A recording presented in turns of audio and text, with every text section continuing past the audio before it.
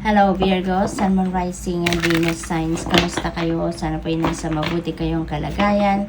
Welcome back po sa Star Tarot. Kung bago kayo dito, welcome din kayo. Thank you sa inyong support. I truly appreciate it. God bless you all, Virgo. Tignan natin kung ano mga mensahe ninyo for today. We have Four of Swords. Kailangan ninyo ng pahinga. No? This is a must.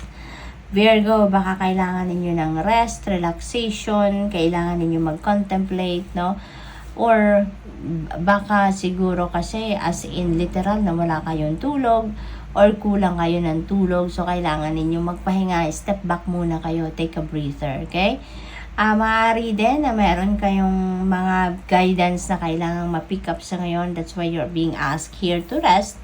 Para nang sa ganyan makapagpahinga ang inyong katawan, pati na rin ang inyong isipan, and you'd be able to clearly listen to your intuition as well, diba?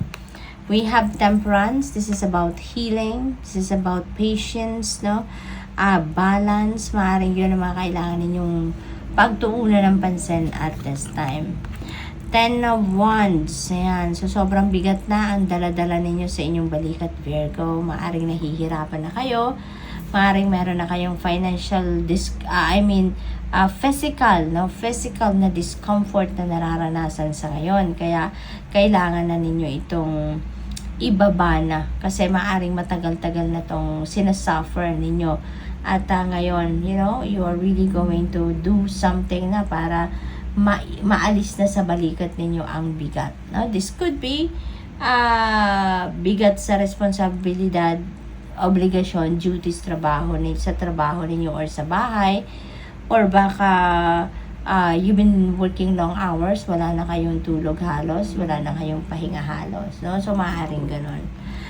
What else? We have Two of Cups. Ayan. So may partnership, meron ditong tutulong sa inyo, meron ditong susuporta sa inyo, Virgo, sa kung ano man ang inyong pinagdadaanan, okay?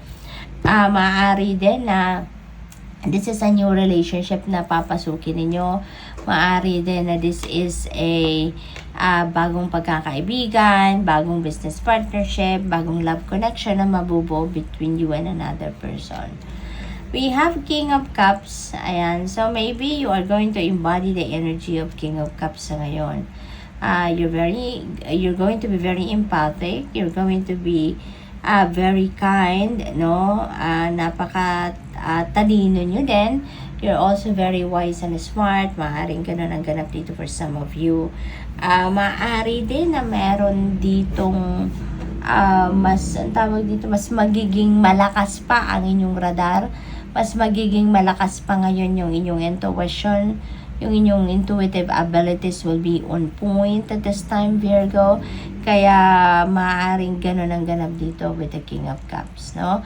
So, pay attention to your intuition dahil maraming downloads dito maaaring ipapadala sa inyo ng universe's guidance. We have the Knight of Swords in reverse. Ayan. So, there are missed opportunities siguro, Virgo, dito, no? Maaaring maraming mga opportunities ang hindi ninyo dito mabibigyan ng oras, panahon, atensyon kasi nga baka may imbalances talaga kaya hindi kayo makapag-focus, no, sa mga bagay-bagay sa buhay ninyo. Kaya may mga mamimiss kayong opportunity dito. This is good, no? This is the Three of Swords in reverse. So finally, meron na ditong forgiveness. Finally, magiging maganda na, positibo na ang inyong pakiramdam. Dito, there is optimism, there is recovery, no? There is acceptance na kung ano man na nangyari in the past. Ganun talaga ang buhay. That is the norm, diba? Hindi perfect ang journey natin sa buhay, no? Never perfect. Lagi meron problema at some point na dadating. Kaya, maaaring dito kung ano man ang nag-cause ng heartache ninyo dito, ng heartbreak ninyo, you will be able to accept that entirely. Alam ninyo, no? Alam ninyo na ganun talaga ang mga pangyayari, kaya you'd rather accept it so that you can move on with your life, no? So magpapatawad na kayo dito. You are on the healing process na, no? Kaya this is good. Magiging maayos na din ang inyong pakiramdam. You'd be able to have that peace The moon, ayan. So, maraming guidance talagang papadala sa inyo ng universe, Virgo.